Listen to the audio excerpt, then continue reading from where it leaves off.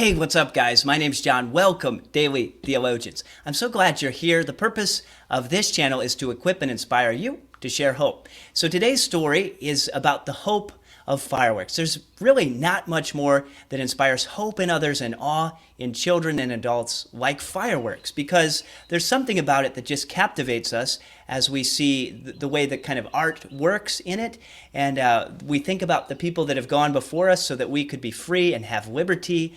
And it's something that we hold very dearly in this country. In fact, liberty is one of the most sought after ideals. People are always talking about freedom and their rights and things of that nature. So we have to ask the question, where do rights come from? And we'll get to that in just a moment. But first, let's go to the tweet.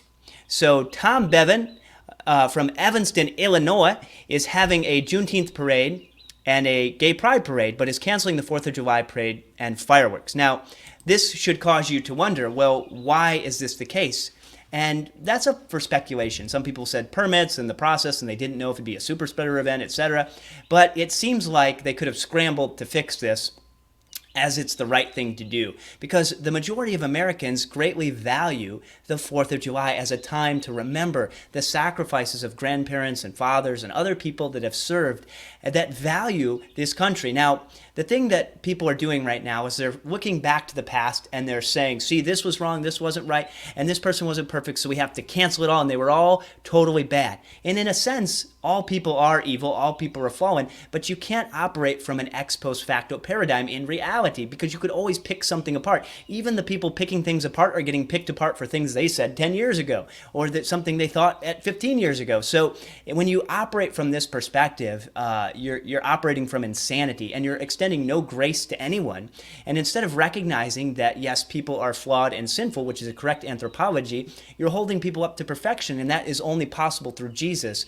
And then you're tearing down everyone, because it's ultimately about self and rage and entitlement and self-righteousness. And that's what we're really seeing here when it comes to the issue of fireworks. Now, freedom is very important, so pay close attention to this. Freedom is only found in the work of Christ. We are all enslaved to sin. We were dead in trespasses and sin. We were rebels against the holy God because we'd violated God's law through lying, stealing, things of that nature. And so we can only find true, real freedom in the death, burial, and resurrection of Jesus Christ. Why? Because he's the one that reconciles us to a holy God. God himself brings us back into relationship with God, and humanity was made in the image of God for a relationship with God. So if you don't have a correct anthropology, you will tear down everything, including your own house. And that's basically what people are doing. They're tearing down the very values and freedoms that they are able to speak out against these things based on. And so it's a very destructive religion of self, and it's really opposed to God, and it's opposed to the gospel. And I'm not saying America is about the gospel, but we did have a heavy influence in the beginning by the Puritans. And unless your nation is really built on unchanging principles founded in the Word of God, it's going to err all over the place, because humanity is sinful, fallen, and evil. So I went ahead and I chipped in and decided to help this town out and got them some fireworks.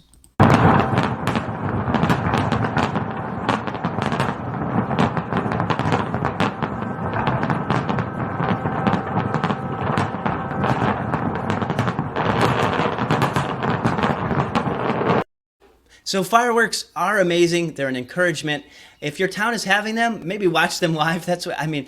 We're at a point where it's a lot of work to get to actual fireworks, but we should celebrate them. We should be thankful for the people that have gone before us, and we should look forward to Christ and back to Christ and forward to Christ and his kingdom, because everything else is going to fall short of that. Thanks for watching. Leave a comment below. Let me know what you think. Maybe you disagree. That's okay. But please remember to take a moment and hammer the like button. Like the 95 Theses, it does really help the channel, as well as subscribe to the channel, trying to climb now to 1,000 subscribers. And it's helpful because we want to reach more people. So thank you for watching, and God bless.